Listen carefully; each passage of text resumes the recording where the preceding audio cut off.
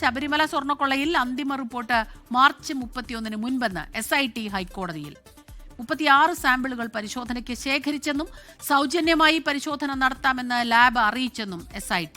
വിഷ്ണു സുരേഷാണ് കൊച്ചിയിൽ നിന്ന് വിവരങ്ങളുമായി നമുക്കൊപ്പം ചേരുന്നത്. അന്തിമ റിപ്പോർട്ട് മാർച്ച് 31 മുൻപുണ്ടാകുമെന്ന് SIT ഹൈക്കോടതിയെ അറിയിക്കുന്നു. അതിവേഗത്തിൽ അന്തിമ റിപ്പോർട്ട് സമർപ്പിക്കാൻ കഴിയുമെന്നാണോ SIT പറയുന്നത്?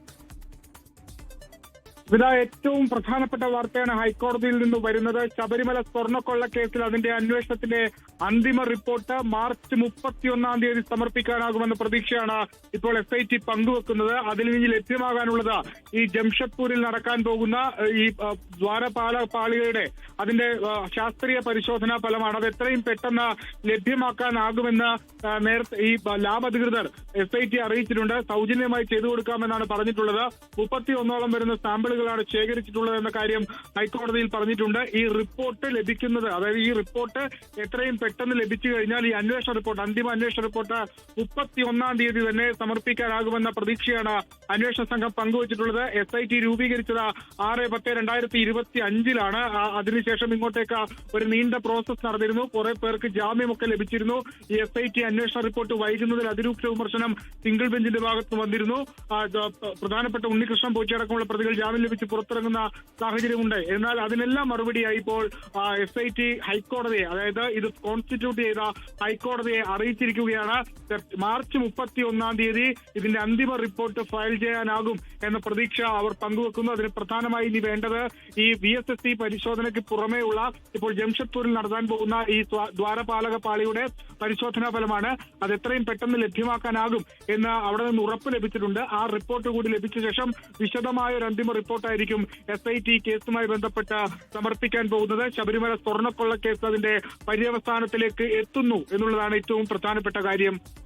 അത് തന്നെയാണ് വിഷ്ണു. ഇപ്പോൾ കഴിഞ്ഞ കുറച്ച് നാളുകളായി നമ്മൾ കണ്ടുകൊണ്ടിരിക്കുകയാണ് ഓരോ പ്രതികളായി പുറത്തിറങ്ങുന്നു. അപ്പോഴൊക്കെ തന്നെയും പ്രതിപക്ഷം വലിയ രീതിയിൽ പ്രതിഷേധവും വിമർശനങ്ങളും ഉന്നയിക്കുന്നു. എന്നാൽ ഹൈക്കോടതി മാത്രം SITയുടെ അന്വേഷണം അതിൽ തൃപ്തി പ്രകടിപ്പിച്ചിട്ടുണ്ട്.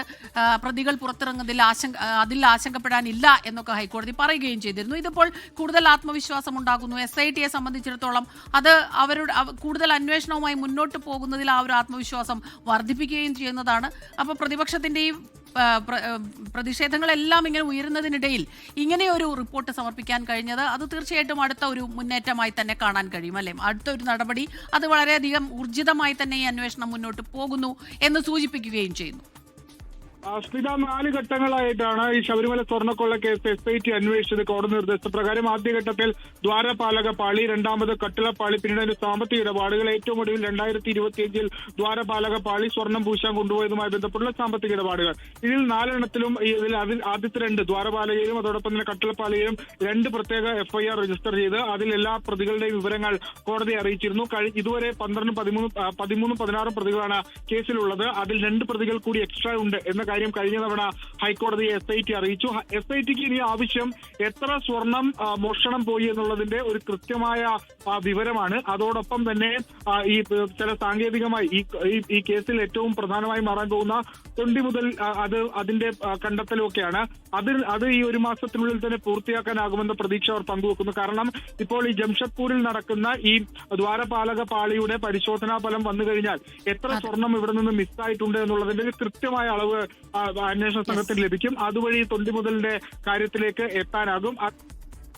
ശരി വിഷ്ണു, ശബരിമല സ്വർണ്ണക്കൊള്ളയിൽ അന്തിമ റിപ്പോർട്ട് മാർച്ച് 31 മുൻപെന്ന് SIT ഹൈക്കോടതിയെ അറിയിച്ചിരിക്കുന്നു. 36 സാമ്പിളുകൾ പരിശോധനയ്ക്ക് ശേഖരിച്ചെന്നും സൗജന്യമായി പരിശോധന നടത്താമെന്ന് ലാബ് അറിയിച്ചെന്നും SIT അറിയിച്ചു. വിഷ്ണു സുരേഷാണ് ഈ വാർത്തയുടെ വിശദാംശങ്ങളുമായി നമുക്കൊപ്പം ചേർന്നത്.